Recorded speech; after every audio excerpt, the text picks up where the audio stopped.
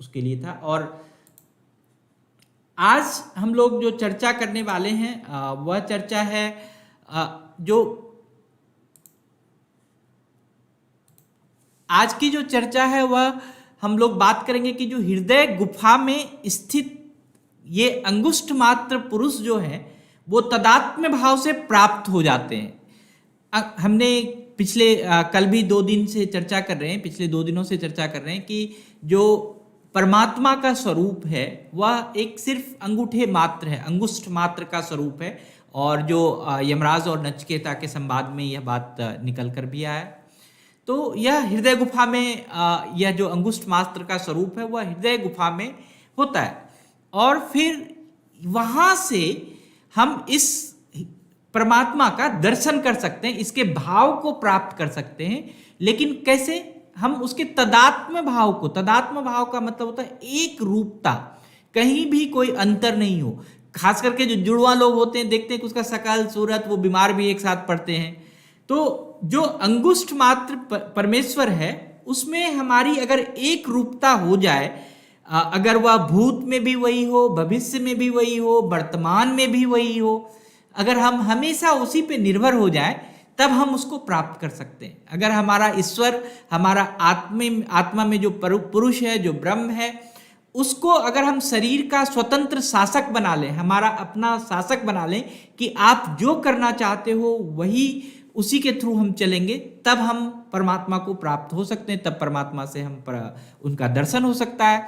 जो भी हम हमारे आसपास जो भी ज्योतिर्मय सूर्य, अग्नि के भांति जो भी उष्ण प्रकाश देने वाला या जो भी दिव्य निर्मल शांत स्वरूप जिस चीज को भी हम देखते हैं उसमें अगर हम तदात्म्य भाव से उसमें भी परमात्मा का स्वरूप देखें और सब जितने भी ईश्वर, जितने भी जीवात्मा हैं, सब में परमात्मा का स्वरूप देखें और एक ही तरह के परमात्मा का स्वरूप देखें, कोई भिन्नता नहीं करें कि मेरा परमात्मा कोई और है और आपका परमात्मा कोई और है, तब हम हृदय स्थान में अपने परमात्मा का दर्शन कर सकते हैं।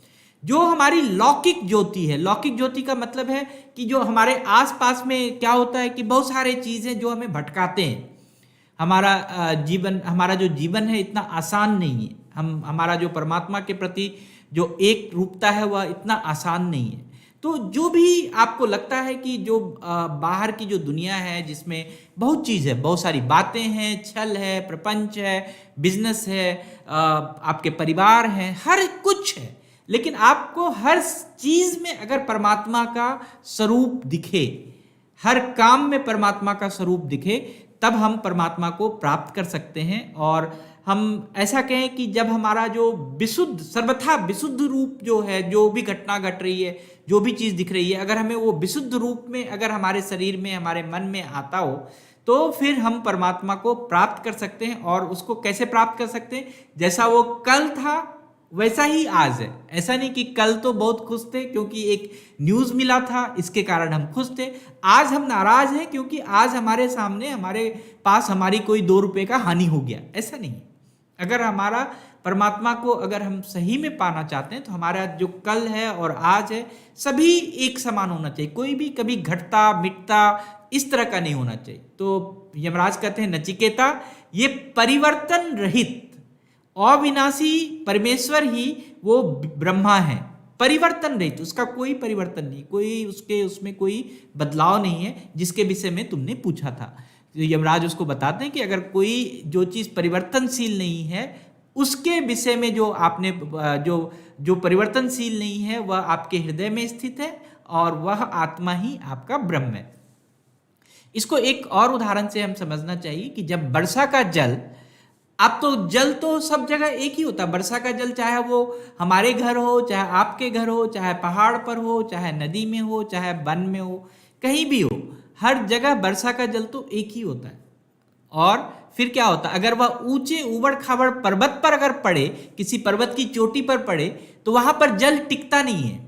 वह बरसात का जल क्या होता है, वहां ठहरता नहीं है और तुरंत वह नीचे आ जाता है। भिन्न भिन्न वर्ण, आकार, गंध, आप देखते होंगे कि कहते हैं कि गंगा का जल बहुत ही शुद्ध है, क्योंकि जब बरसात की बूंदें जो है हिमालय पर्वत पर पड़ती है तो वहां पर जितनी जड़ी बूटी, जो भी रूप रस गंध जो भी है, वह पानी के साथ नीचे धरती पर उतर कर आ जाता है और वह बिखर जाता है, चारों तरफ बिखर जाता है, सिर्फ एक ही जगह नहीं, बहुत जगह वह जाता है। इसी प्रकार यह जो प्रवृत्ति है, यह प्रवृत्ति ब्रह्म की है। उसका जो प्रभाव है, उसका जो आशीर्वाद है, वह हर व्यक्ति पर है, हर जगह है, और पूरे जगह पर वो वर्षा की जल की तरह क्या है, आप वो फैला हुआ है। और जब अगर हम देखें कि देव भी है, असुर भी है, आपका कोई मित्र भी है, आपका कोई दुश्मन भी है, आप अलग अलग पृथक पृथक रूप से अगर आप माने तो हर जगह ब्रह्म का रूप है, हर जगह परमात्मा है, हर जगह वो है उसी बिखरे हुए जल की भांति, सबके पास है, सबके पास है। लेकिन वो क्या है, नाना प्रकार की आप देखेंगे कि योनियों में भी है, गाय में भी है, बैल में भी है, चींटी में भी है, हर जगह है। क्या हर कोई ब्रह्म को प्राप्त कर सकता है? ये क्वेश्चन मार्क है। अगर वही परमात्मा हर जगह निवास कर रहा है तो हर व्यक्ति को, हर जीव को परमात्मा का दर्शन हो जाना चाहिए, लेकिन नहीं। क्या होता है, हमने कल भी कहा था कि मनुष्य की योनि ऐसी है जिसमें कि परमात्मा का जो दर्शन है, हम परमात्मा का जो साक्षात्कार है वह कर सकते हैं। तो अगर वह, मैं फिर से उसी वर्षा के जल का जो उदाहरण है वह मैं फिर से आपको प्रस्तुत करता हूं कि वह वर्षा का जल पहाड़ पर नहीं पड़ के कहीं एक नदी में गिरे तो क्या होगा? जैसे बारिश की बूंदें नदी में गिरेगी तो क्या होगा, वह निर्मल जल जब बरसात का जब नदी में गिरता है तो उसी क्षण वह भी उस निर्मल जल की तरह हो जाता है। बारिश का भी जल, जो नदी में जो जल है उसमें मिलके जल बन जाता है।